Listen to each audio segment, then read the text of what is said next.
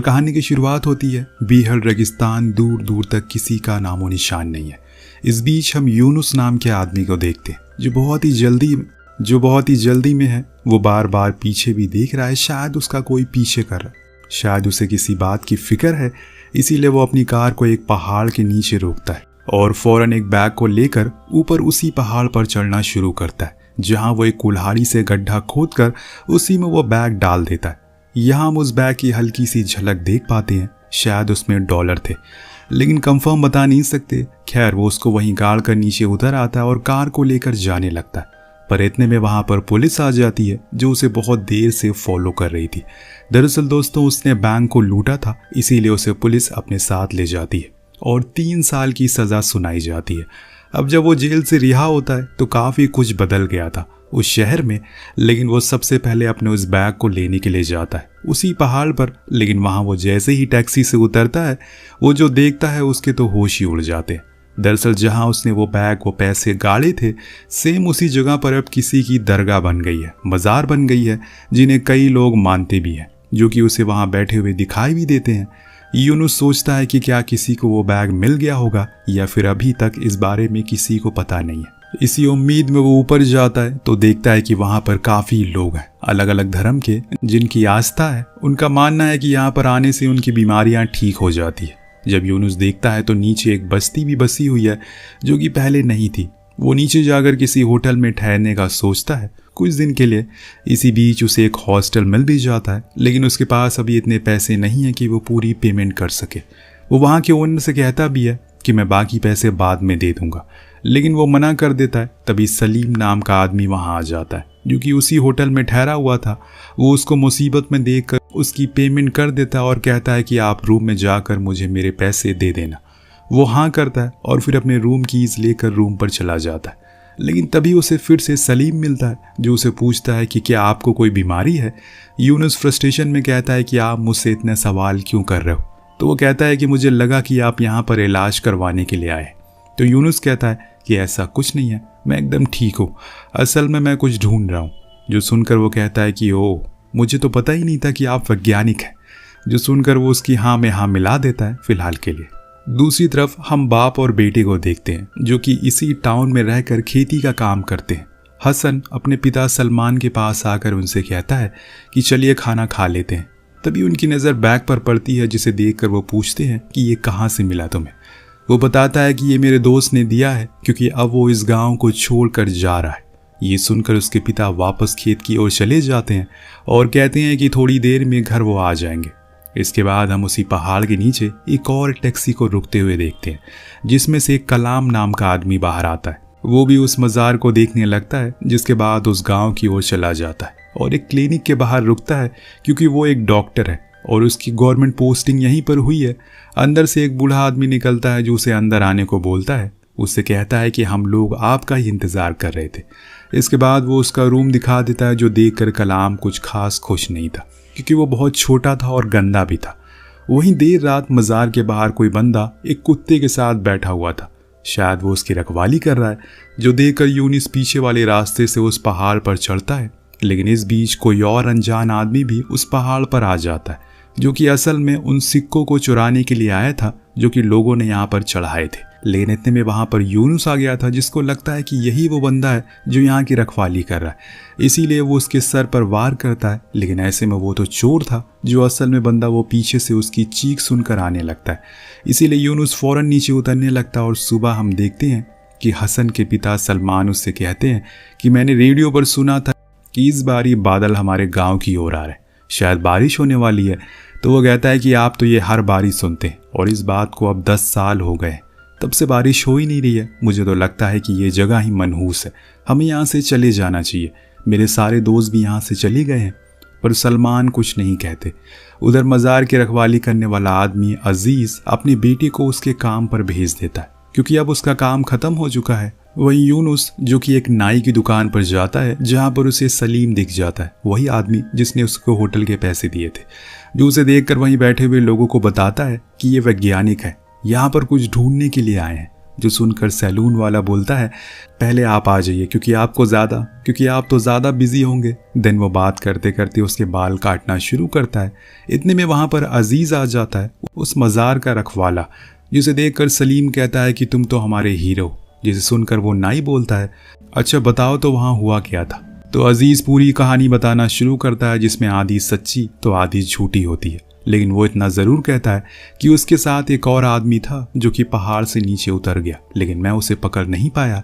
जो आदमी पैसे चुरा रहा है उसको मैंने बहुत मारा। जो सुनकर सभी उसकी तारीफ करते हैं। इस बीच यूनुस बाहर आकर किसी को कॉल करके कहता है कि तुम यहाँ पर आ जाओ, मुझे तुम्हारी ज़रूरत है। वहाँ कलाम आज तैयार होकर क्लिनिक पर बैठ जाता है क्योंकि आज उसका पहला दिन है। यहाँ पर कुछ ही देर में उसकी पहली पेशेंट भी आती है जो उसको देखकर मुस्कुराती रहती है। तब कलाम उनसे पूछता है कि आपको क्या हुआ है। वो बताती है कि उनके सर में दर्द है पिछले 20 सालों से, जिसके लिए वो बूढ़ा आदमी जो कि उसका असिस्टेंट है वो उन्हें एक पीले कलर की टैबलेट देता है और जाने को कहता है। दिन दूसरी पेशेंट आती है, वो भी लेडी थी, जिनकी बीमारी ये थी कि उन्हें सिर्फ मंडे और फ्राइडे को ही खांसी आती है। अब ये सुनकर कलाम हैरान था कि ऐसा कैसे हो सकता है। फिर इतने में उसका असिस्टेंट उस लेडी को भी वही पीली टैबलेट देकर जाने को कहता है। अब कलाम परेशान है कि क्या सभी औरतें ही हैं, कोई आदमी नहीं आया यहाँ पर। यही जानने के लिए वो बाहर जाता है तो देखता है कि वहाँ पर बस औरतें ही थी जो उसे देखकर स्माइल कर रही थी। उसे बहुत ही अजीब लगता है, इसीलिए वो अंदर अपने असिस्टेंट से पूछता है कि क्या कोई मर्द बीमार नहीं पड़ता। तब वो बताता है कि जो भी बीमार होते हैं वो उस मज़ार पर जाकर ठीक हो जाते हैं। ये सारी औरतें बस यहाँ पर टाइम पास करने के लिए आई हैं क्योंकि अभी यहाँ पर कोई भी डॉक्टर नहीं आया आपसे पहले। ये सुनकर कलाम का सर घूम जाता और उसे बहुत ही गुस्सा आता है क्योंकि वो तो अपनी प्रैक्टिस के लिए यहाँ पर आया था ताकि वो एक अच्छा डॉक्टर बने, लेकिन यहाँ तो उसके साथ मोह मोह हो गया। अब उसे कुछ समझ नहीं आ रहा। इसके बाद हम हसन को देखते हैं जो अपने पिता से कहता है कि मुझे यहाँ पर नहीं रहना, मेरा दम घुटता है। तो वो कहते हैं कि ठीक है चले जाओ, लेकिन याद रखना कि तुम अपनी ज़मीन को धोखा दे रहे हो। तो हसन बोलता है कि आप भी चलो, लेकिन सलमान अपना मुंह फेर लेता है, यानी कि वो उसकी ना है। अब एक रात हम फिर से यूनुस को देखते हैं, उसका दोस्त भी यहाँ आ गया है। दोनों आज पूरे प्लान के साथ आए हुए हैं उस बैग को निकालने के लिए, क्योंकि अब बहुत दिन हो गए। लेकिन यूनुस देखता है कि उसका दोस्त पहले ही चढ़ाई कर रहा है उस पहाड़ पर, इसीलिए वो उसे कॉल करके कहता है कि अभी मत चलो। पर वो बताता है कि मैं तो अभी भी वहीं बैठा हूँ जहाँ तुमने बोला था, यानी कि दोस्तों वो कोई और इंसान है। और इसी बीच अजीज़ टॉयलेट के लिए चला जाता है तो यूनुस जाकर उसकी रोटी को बदल देता है और खुद की बेहोशी वाली रोटी वहां रख देता है और नीचे आ जाता है। इतने में वो दूसरा आदमी भी ऊपर चढ़ जाता है और उस मज़ार के बोट को चुरा लेता है। जब अजीज़ वापस लौटता है तो देखता है कि वहां पर बोट की चोरी हो गई है, इसीलिए वो तुरंत पुलिस को कॉल कर देता है, जो कि यूनुस देख लेता है और अपने दोस्त को यह प्लान कैंसिल करने को कहता है क्योंकि उसने पुलिस को कॉल कर दिया है। अब इसके बाद अजीज़ उस रोटी को खाना शुरू करता है और खुद के कुत्ते को भी खिलाता है, जिसके कुछ देर बाद दोनों ही बेहोश हो जाते हैं। उधर हम कलाम को देखते हैं जो कि टीवी पर एक ही चैनल को देखते देखते बोर हो गया है, इसीलिए वो अपने असिस्टेंट के पास जाता है जिसने काले कपड़े पहन रखे। जो देखकर वो पूछता है कि तुम ये काले कपड़े क्यों पहन रखे। तब वो उसे अंदर आने को कहता है जहाँ कलाम उस मज़ार का बोर्ड उसके बेड पर देखता है, जिससे वो समझ जाता है कि असल में पुलिस किस लिए आई थी। लेकिन वो उसे भरोसा दिलाता है कि वो किसी को कुछ नहीं बताएगा। तब उसका असिस्टेंट कहता है कि मैं अपनी ज़िंदगी से बोर हो गया हूँ, इसीलिए मैं आज टेस्ट करने चला गया। जो गार्ड वहाँ पर है वो कितना सतर्क बैठा, लेकिन वो तो एक बूढ़े आदमी से भी हार गया। जो सुनकर कलाम हंसने लगता है और खुद ही मन सोचता है कि यार वो कहाँ आ गया, किस जगह पर सरकार ने उसे भेज दिया। वेल अगले दिन अब जब अजीज़ शेविंग के लिए जाता है तो सभी बंदे उसकी ओर पिछली बारी जितनी खुशी से देख रहे थे इस बारी उतने ही गुस्से से देखते हैं। उधर सलमान अपने एक दोस्त को लेकर खेत में जाता है और कहता है कि उन्हें अब गॉड से प्रे करना होगा, तभी यहाँ पर बारिश होगी, क्योंकि वो हमसे किसी बात पर बहुत नाराज़ है। इधर जब यूनुस का पार्टनर सैले ऊपर मज़ार पर जाता है तो देखता है कि वहाँ पर एक औरत अपनी माँ के पैरों में उसी सिक्के वाले बाउल का पानी लगा रही है, जिससे वो फिर से चलना शुरू कर दे। ये देखकर सैले को लगता है कि ज़रूर ये कोई चमत्कारी मज़ार होगी, तभी लोग इसे इतना मानते हैं। वापस आकर यूनुस सैले से कहता है कि हमें कुछ करना होगा वरना बहुत देर हो जाएगी। तब सैले पूछता है कि क्या ये सच है कि तुमने वहीं पर वो पैसे गाले थे, क्योंकि लोगों का मानना है कि वहाँ पर किसी सेंट की कब्र है और उन्होंने चमत्कार होते हुए भी देखा है। तो वो कहता है कि ऐसा कुछ नहीं है, वहाँ कोई चमत्कार नहीं होता, ये सब लोगों की खुद की बनाई हुई कहानियाँ हैं, वहाँ बस मेरा पैसा है, हमें बस उस अजीज और उसके कुत्ते का कुछ करना होगा। तब सैले कहता है कि क्यों ना हम उन दोनों को मार दे। तो यूनुस कहता है कि जिससे कि पुलिस हमें सबसे पहले आकर पकड़ लेगी, जैसे हमारा रिकॉर्ड है, ये सबसे बड़ी बेवकूफ़ी होगी, हमें दिमाग से काम लेना होगा। लेकिन अगले दिन सैले जब अपनी कार में होता है तो देखता है कि वहाँ पर अजीज का बेटा अपनी बकरियों को चला रहा है, उसके पीछे पीछे उसका कुत्ता भी है, इसीलिए वो बिना देरी किए उसके ऊपर कार को चढ़ा देता है। अब पूरा गांव ये खबर सुनकर दुखी हो जाता है और अजीज के पास उस कुत्ते को लेकर आता है, जो देखकर वो बहुत ज़्यादा गुस्से में आ जाता है और अपने बेटे को एक ज़ोरदार थप्पड़ मारता है। लेकिन सब लोग कहते हैं कि इसमें इसकी कोई गलती नहीं है, एक कार इसके ऊपर चढ़ गई। इतने में एक आदमी कहता है कि हमें इसको क्लिनिक लेकर जाना चाहिए, इसलिए सब कलाम के पास पहुंचते हैं, जो उसका इलाज करना शुरू करता है। जब यूनुस को पता चलता है तो सैले को वो बहुत सुनाता है और कहता है कि तुमने ये बहुत गलत किया, अब पूरा गांव अलर्ट हो जाएगा, क्योंकि पहले ही 2 बार मज़ार में चोरी हो चुकी है। तो वो सैले कहता है कि मैं उस कार को छुपा दिया है, किसी ने भी मुझे ऐसा करते हुए नहीं देखा, इसीलिए तुम टेंशन मत लो। दूसरी ओर क्लिनिक में कलाम अजीज़ को बुलाकर बताता है कि मैंने इसकी जान बचा ली है, लेकिन इसके सिर्फ 2 ही दांत बचे हुए हैं, इसीलिए अब इसको कोई भी कड़ी चीज़ मत खिलाना, इसको थोड़ा आराम करने देना। अजीज़ हाँ कहता और फिर उसको लेकर वहाँ से घर आ जाता। सीन कट होता और हम हसन को देखते हैं, जो अपने पिता के साथ खेत में बैठा था। तभी उसके सामने से सलमान का एक पुराना दोस्त इस गांव को छोड़कर जा रहा है। हसन उनसे मिलने जाता है, लेकिन सलमान अपनी नज़रें फेर लेता है, क्योंकि उसे ये नहीं पसंद कि कोई भी इस गांव को छोड़कर जाए। उनके जाने के बाद वो अपने बेटे से कहता है, पहले यहाँ पर बारिश होती थी, लेकिन जब से उस सेंट की कब्र मिली है, मानो पूरे गांव में मनहूसियत फैल गई है। जो सुनकर हसन कहता है कि आप अपनी गलती किसी और पर थोप नहीं सकते। उधर रात में फिर से यूनुस और सैले दोनों ही मज़ार पर जाने की तैयारी में लग जाते हैं। इतने में वो देखते हैं कि जो उस दिन मज़ार पर एक लेडी अपने पैरों को पानी से धुल रही थी, वो आज खुद ही व्हील चेयर पकड़कर चल रही है, जो देखकर सैले सबसे ज़्यादा हैरान था। लेकिन उन्हें देर हो रही थी, इसीलिए वो निकल पड़ते हैं और देखते हैं कि आज अजीज़ अकेले है। लेकिन आज सैले कहता है कि उसे कुछ ठीक नहीं लग रहा है, उन्हें कल आना चाहिए। लेकिन यूनुस ऊपर जाने की जिद करता है, पर वो फिर उसे रोकता है और कहता है कि आज कुछ ठीक सा नहीं लग रहा है, हम कल आते हैं। वो मान जाता है और घर लौट जाता है।